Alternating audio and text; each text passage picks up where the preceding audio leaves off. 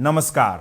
क्या भारत की पूरी अर्थव्यवस्था पर इस वक्त इतिहास का सबसे बड़ा और खौफनाक कर्ज का संकट मंडरा रहा है, जिसने देश के पूरे बैंकिंग सिस्टम और आम जनता के होश उड़ा दिए हैं। सावधान हो जाइए, क्योंकि भारतीय रिजर्व बैंक यानी आरबीआई की तरफ से इस वक्त की जो सबसे सनसनीखेज, चौंकाने वाली और रोंगटे खड़े कर देने वाली ब्रेकिंग खबर आ रही है, उसने पूरे देश के अर्थशास्त्रियों को गहरे सदमे में डाल दिया है।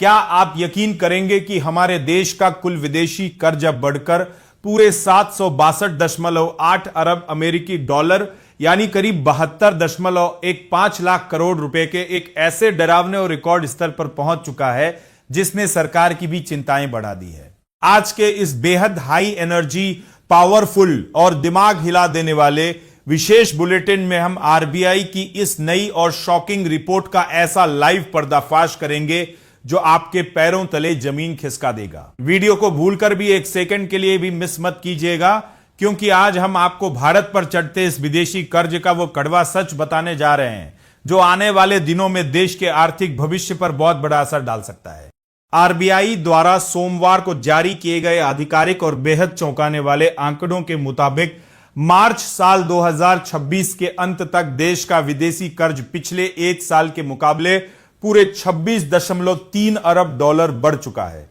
लेकिन ठहरिए, इस पूरी कहानी का जो सबसे खतरनाक और गुप्त पेंच है वो ये कि भारतीय रुपए और दुनिया की दूसरी प्रमुख मुद्राओं के मुकाबले अमेरिकी डॉलर के हद से ज्यादा मजबूत होने के कारण पूरे 24.6 अरब डॉलर का एक बड़ा मूल्यांकन प्रभाव यानी वैल्यूएशन इफेक्ट दर्ज किया गया है। केंद्रीय बैंक ने खुद एक बहुत बड़ा खुलासा करते हुए कहा है कि अगर डॉलर की मजबूती के इस मूल्यांकन प्रभाव को थोड़ी देर के लिए हटा भी दिया जाए तो भारत का यह विदेशी कर्ज पिछले साल के मुकाबले 26.3 अरब डॉलर नहीं, बल्कि पूरे 51 अरब डॉलर की तूफानी रफ्तार से बढ़ा है। इसके साथ ही भारत का विदेशी कर्ज और हमारी जीडीपी का अनुपात भी एक साल पहले के 19.8% से बढ़कर अब पूरे 20.8% के खतरनाक स्तर पर पहुंच चुका है, जो यह साफ संकेत दे रहा है कि हमारी अर्थव्यवस्था पर कर्ज का बोझ लगातार भारी होता जा रहा है।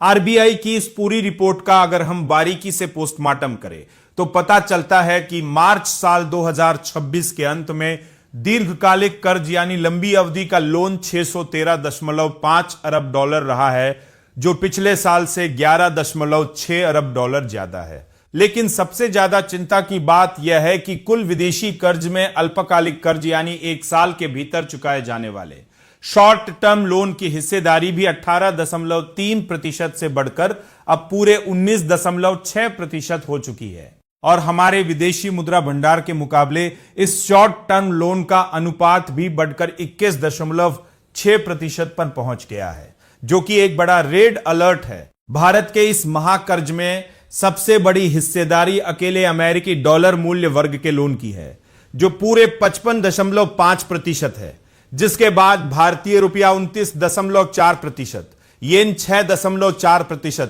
एसडीआर 4.3% और यूरो 3.7% पर आता है। राहत की बात सिर्फ इतनी है कि सरकार का खुद का बकाया कर्ज थोड़ा घटा है, लेकिन इसके विपरीत गैर सरकारी यानी प्राइवेट सेक्टर के कर्ज में भारी बढ़ोतरी दर्ज की गई है, जिसमें सबसे बड़ी हिस्सेदारी अकेले लोन की है, जो पूरे 34.7% पर बनी हुई है। तो क्या आपको भी लगता है कि रिजर्व बैंक द्वारा जारी यह नया आंकड़ा भारत के आर्थिक भविष्य के लिए बहुत बड़ी आफत का संकेत है, या फिर हमारी मजबूत जीडीपी इस विदेशी कर्ज के बोझ को आसानी से संभाल लेगी? अपनी राय हमें कमेंट बॉक्स में लिखकर जरूर बताएं।